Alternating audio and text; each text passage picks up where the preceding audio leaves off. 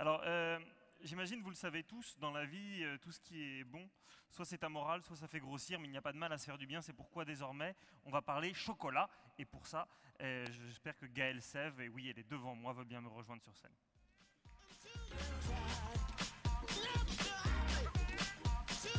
Ah, elle est pas contente. Ah, elle est pas contente. Vous voulez pas lui imposer quelque chose. Elle est pas contente. Mais non, mais ça a plein de vertus superbes, le chocolat.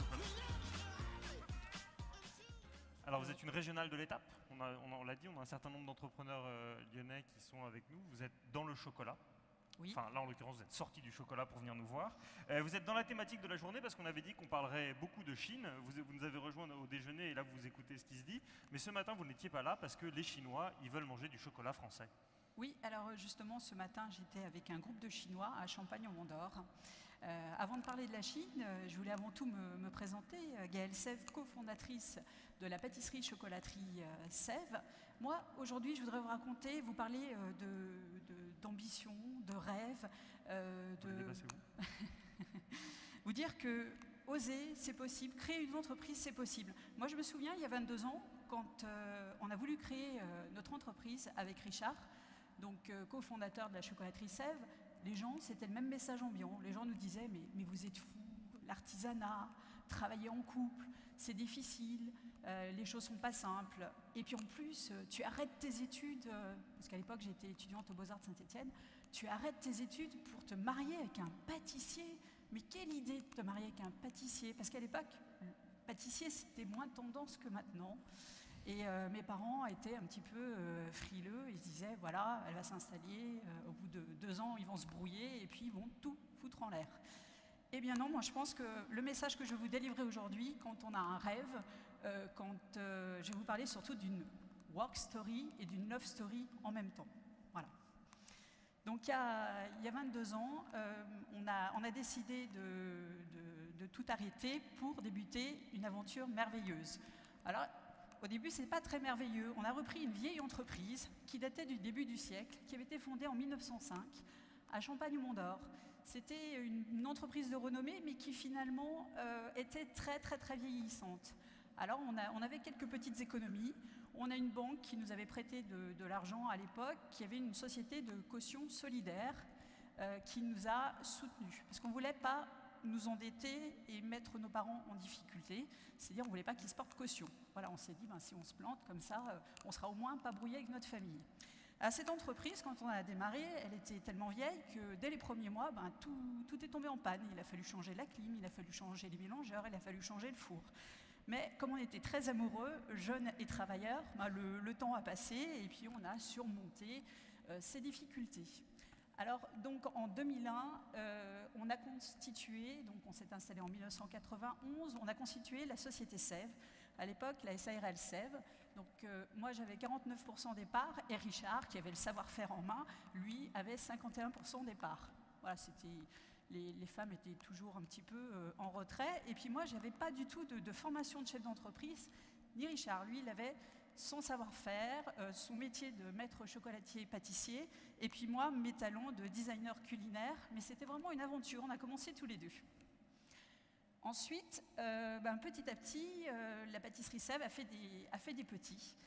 Nos clients nous ont suivis dans nos créations, et puis il faut savoir qu'on est quand même dans un bassin en Rhône-Alpes où on a la chance d'avoir une clientèle très gourmande et qui est prête à s'offrir des bons produits de qualité. Donc aujourd'hui, l'entreprise Sève est devenue SAS, elle représente donc un chiffre d'affaires, elle fait un chiffre d'affaires de 4 millions d'euros répartis sur différentes boutiques. Alors on a commencé en 1991, on était tous les deux. Maintenant, nous sommes donc 47 personnes. On a structuré notre entreprise petit à petit. Alors, on est situé, il y a pas mal de gens dans la salle peut-être qui nous connaissent, mais beaucoup qui ne nous connaissent pas encore, et c'est tant mieux, des clients potentiels. Alors, moi, je vais vous expliquer où nous nous trouvons. Donc, quand vous allez sortir de la Chambre de commerce et d'industrie, vous avez 2 solutions. Soit vous allez à gauche, 29 quai Saint-Antoine en bord de Saône, dans la carte postale de Lyon face à la basilique, soit vous allez à droite, selon vos convictions, vous allez au Hall de Lyon, Paul Bocuse, dans le temple de la gastronomie lyonnaise, et puis si vous êtes courageux, vous prenez votre voiture, Vous pouvez aller reprendre votre avion à l'aéroport de Saint-Exupéry. On est présent dans chaque terminal. Vous pouvez aller aussi du côté de Bron, aux Galeries Lafayette de Bron. Et puis, si vous avez envie d'être à la fraîche... Si on vient avec un badge Ozon La France, on a un discount ou non, parce que tant qu'à faire. Tiens, on en parlera à la fin. Ah. Et si vous voulez remonter un petit peu à la fraîche dans les Monts d'Or, bien sûr, il y a notre vaisseau amiral, le siège de l'entreprise à Champagne-Mont d'Or, où l'on produit tous nos produits, des produits made in France, je précise. Alors, à l'époque, on nous avait dit, oui, alors, c'est bien, hein, tu t'installes, tu ouvres une pâtisserie à la campagne, parce que c'était assez péjoratif hein, d'ouvrir une pâtisserie à Champagne-Mont d'Or, mais à Lyon, il y a quand même de la concurrence. Alors, notre concurrent, bien sûr, c'est Bernachon, un confrère que j'estime beaucoup parce qu'ils font des produits de grande qualité. Mais quand même une entreprise qui est installée quand même depuis 60 ans. Donc on nous a dit, bon, vous allez monter votre petite boutique à Champagne-Mont d'Or, mais bon, il y a du poids lourd sur Lyon, donc il va falloir vraiment vous battre. Et puis, donc, avec les années, eh bien, au bout de 22 ans d'activité, on arrive quand même à faire 4 millions d'euros.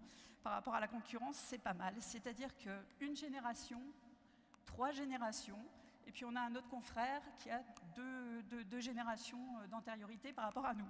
Donc en fait, les blocages qu'on peut avoir en France en disant « oui, une affaire familiale depuis plusieurs générations », c'est du solide. Certes, c'est du solide, mais quand on a de l'énergie, quand on a beaucoup d'amour, quand on est très travailleur, ben finalement, on peut arriver aussi à déplacer des montagnes sans attendre de faire 5 enfants et puis d'avoir 20 arrière-petits-enfants et continuer. Donc, c'est possible.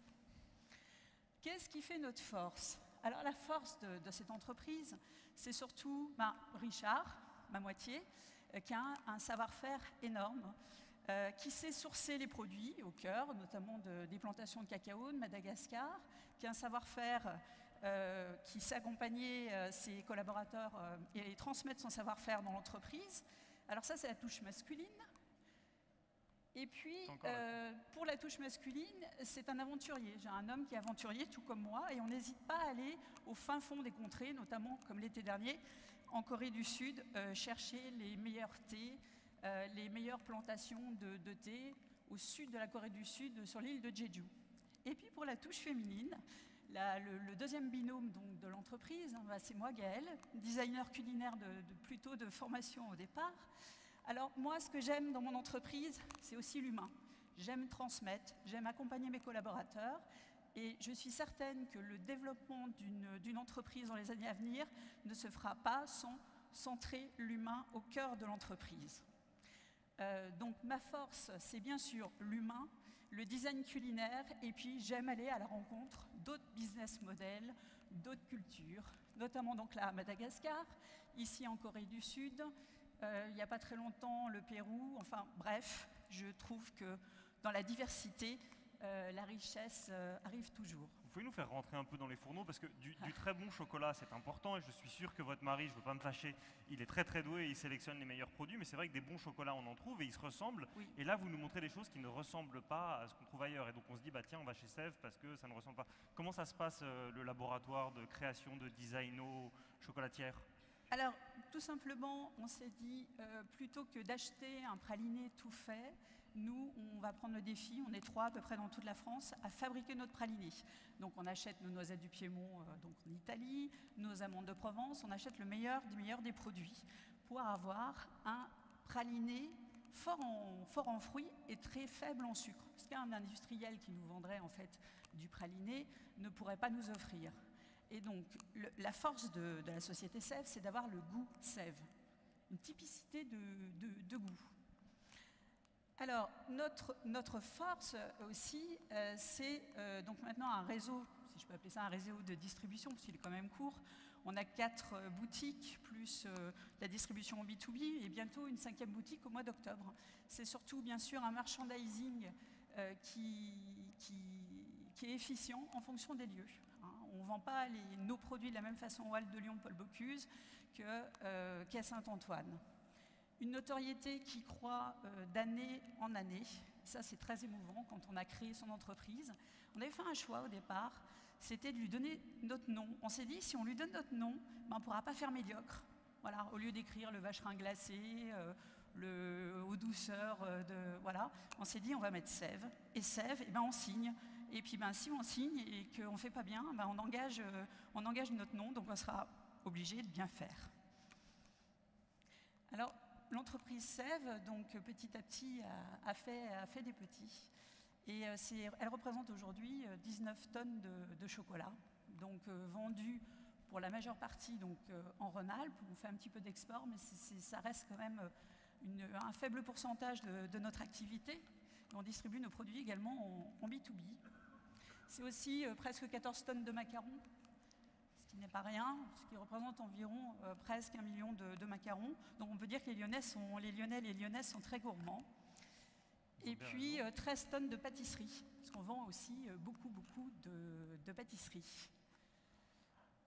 Alors voilà, ça c'est important parce qu'on parle de design, on parle de produits, mais d'un rêve, d'une ambition, de savoir-faire, de talent, on ne va pas exagérer. Il est possible de créer de la richesse, encore, c'est possible de créer de la richesse en France. C'est-à-dire qu'en 1991, on faisait 150 000 € de chiffre d'affaires.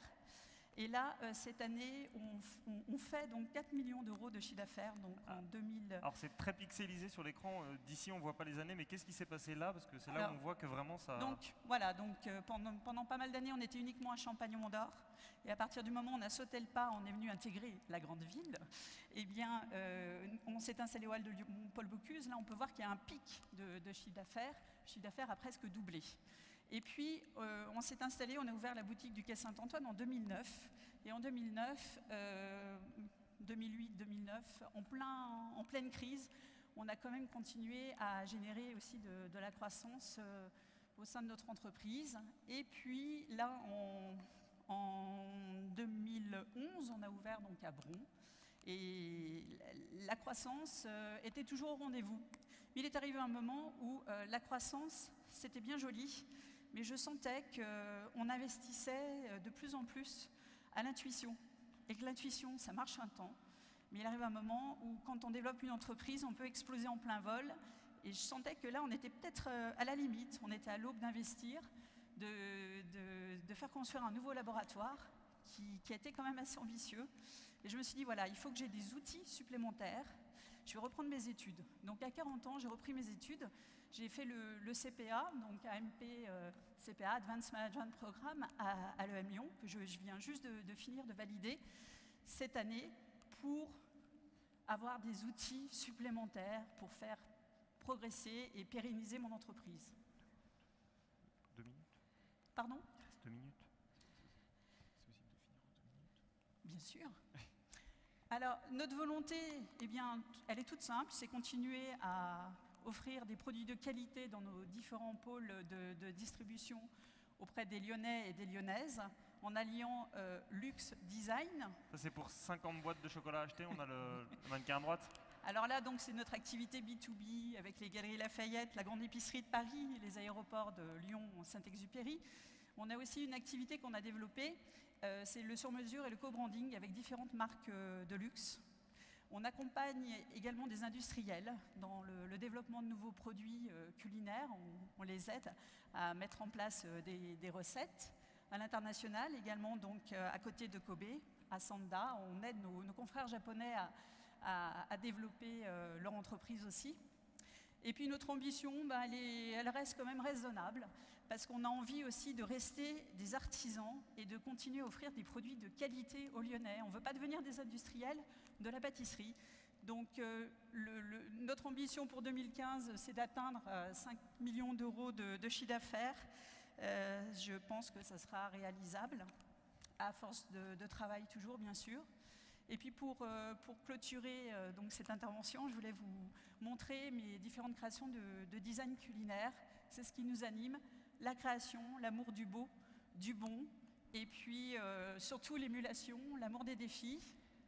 Je vous montre quelques réalisations avant de finir. J'aurais aimé avoir 2 heures pour vous parler, mais là c'est...